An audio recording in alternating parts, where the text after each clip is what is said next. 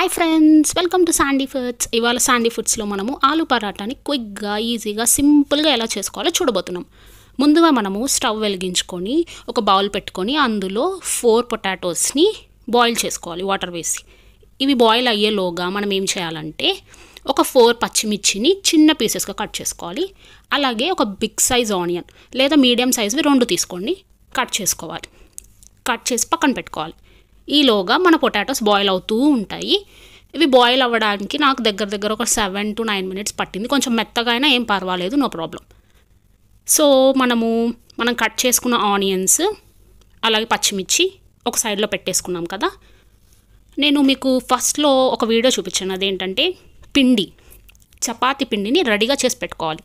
Just నార్మల్గా చపాతీ పిండిని మనం ఎలా మిక్స్ చేసుకుంటామో అలాగే మిక్స్ చేసుకోవాలి. అందుకని మిక్స్ చేసే పద్ధతి మళ్ళీ నేను స్పెషల్గా చూపించలేదు, మళ్ళీ ల్యాగ్ అయిపోతుంది అందుకని. సో నార్మల్గా మీరు చపాతీ పిండిని ఎలా మిక్స్ చేసుకుంటారో అలాగే మిక్స్ చేసుకొని ఒక 1/2 hour పక్కన పెట్టుకోండి.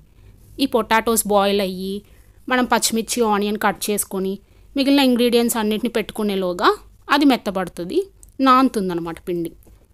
సో మన పొటాటోస్ అయితే బాయిల్ అయిపోయాయి. అవి కాకుండా మనకు ఇంకా గరం మసాలా, కారపొడి, ధనియా పొడి, ఉప్పు, పసుపు, కొంచెం కొత్తిమీర కావాలి.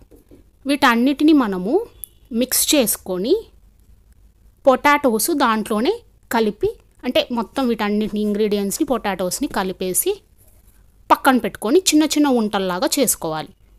ఇప్పుడు చపాతీ దాంట్లో మధ్యలో ఆ ఉంటల్ని పెట్టేసి మీకు వీడియోలో చూపిస్తున్నాను కదా, ఈ విధంగా వాటిని మామూలుగా చపాతీలని ఎలాగైతే రుద్దుకుంటామో అలాగే రుద్దుకోవాలి. మీరు రుద్దుకునేటప్పుడు ఈ విధంగా పైన మీకు పొటాటోస్ పైకి, అంటే ఆ మిశ్రమం ఏదైతే మనం స్టఫ్ చేసి పెట్టుంటామో అవి కనిపిస్తూ ఉంటాయి, అయినా పర్వాలేదు, కొంచెం పిండి వేసుకుంటూ రుద్దుకోండి, సరిపోతుంది.